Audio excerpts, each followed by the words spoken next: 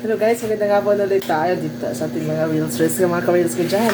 Ito, ituturo ko sa inyo kung paano kumain ng adobong ulam para masaya, para masarap po.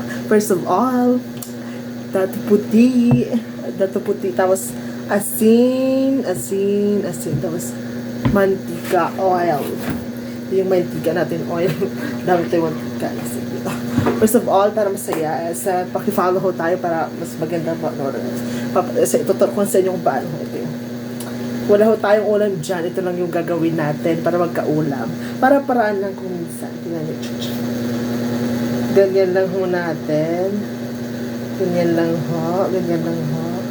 Ganyan lang ho. Ganyan lang ho. Ganyan lang ho.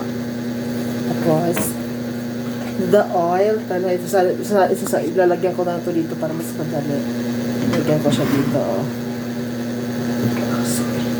So, dito na naman, meron na dito. Tapos ganito. Yung mantika natin, kita nyo, malagay natin dyan. Ayan. Para adobo. Tapos ay, ulitin, lagyan na natin ng ng toyo. Tapos, kunting asin para may lasa. Oh, meron na tayong adobo. adobo. Tapos guys, ito na. Kain na tayo. Ganyan lang. Ang harap guys, grabe. Ang sarap. So, parang may ulam ka lang, gano'n.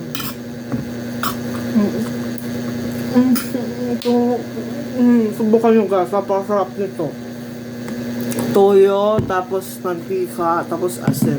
Adobo. Dabi na yung wala sa sardinas, oh. Ang sarap-sarap nga guys, oh. Napakasarap.